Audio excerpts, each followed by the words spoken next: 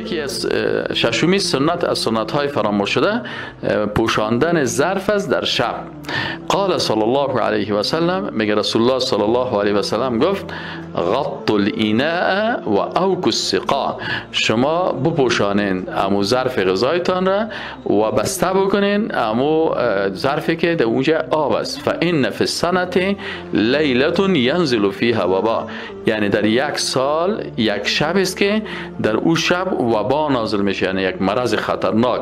لا یمر باناء لیس علیه غطاء او سقاء لیس علیه بکا، میگه امی وبا تیر نمیشه به یک ظرفی که او پوش نشده باشه، ظرف آب دانش بسته نشده باشه، الا نزل فیه من ذلک الوبا، امی مرض یا امی وبا در اینمی ظرف میاد که یعنی فردا که وقت غذا میخورن اینا به این مرض مبتلا میشن.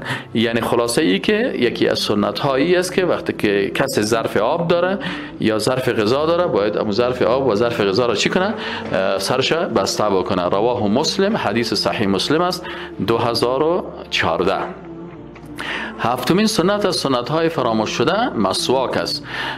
عن ابی هریره رضی الله عنه، ابو هریره رضی الله عنه میگه که ان النبی صلی الله علیه و سلم قال، میگه رسول الله صلی الله علیه و سلم فرمود لولا ان اشق علی امتی، میگه اگر سختی نمیشد بالای امت ما لامرتهم بالسواک عند کل صلاه، میگه ما اونا را امر میکردم که مسواک بزنن در وقت هر نماز.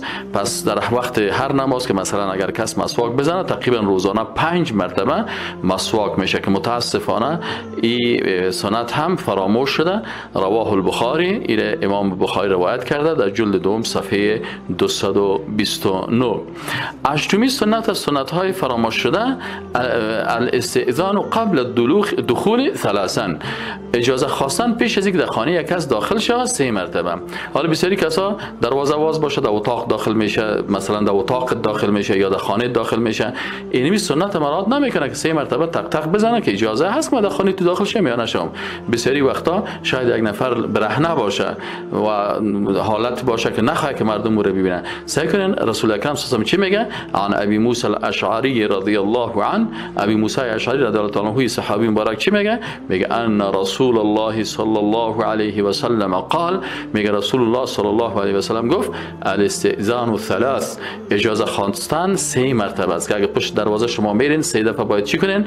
اجازه بخواین، تق تق بزنین. فین اذن لك، اگر برات اجازه داد دروازه را باز کرد خوب، و الا فرجع، خلاص وقتی که دروازه را باز نکرد برو په خیر. یگانه که صاحب آن قدر خصوصا در وقت زنگ زدن که یک 50 دفعه بر زنگ میزنه که سر نماز هم هستی، این باید در زنگ زدن هم مراعات شود که وقتی یک دفعه زنگ زدی جواب نداد خلاص دیگه. صححه الالبانی، این امام البانی صحیح گفته در صحیح ترمذی حدیث 2690.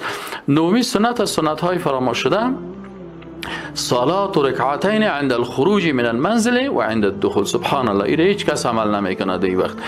خواندن 2 رکعت نماز پیش از خارج شدن از منزل از خانه و وقتی که به خانه تان میرسین، این سنت است. قال رسول الله صلی الله علیه و سلم، میگه رسول گرامی اسلام صلی الله علیه و سلم میگه که اذا خرجت من منزلك، وقتی که از خانه خارج شدی، فصلی رکعتین یمنعانک من مخرج السوء، میگه وقتی که از خانه میخواستی خارج شوی 2 رکعت نماز بخوان. این 2 رکعت نماز تو را از اونمو حالات زشت و بد حفظ میکنه. و اذا دخلت الى منزلك، و رسول الله صلی الله علیه و میگه که وقتی به خانه تان داخل شدین فصلی رکعتین، 2 رکعت نماز بخوان، یمنعانک من مدخل السوء، تو را منع میکنه از امو چیزهایی که بدیها که در خانه تو داخل میشه. این هم حدیث صحیح است، صححه الالبانی، امام البانی را در 1323 در سلسله صحیحه حدیث صحیح بیان کرده.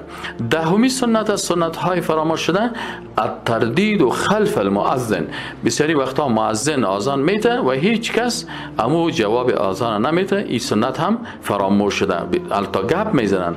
قال رسول الله صلی الله علیه و سلم، میگه رسول الله صلی الله علیه و سلم گفت من قال حين يسمع النداء، کسی که در زمانی که آذان بشنوه چی بگه؟ اللهم رب هذه الدعوة التامة والصلاة القائمة آت محمد الوسیله والفضیله وابعثه مقاما محمودا الذي وعدته.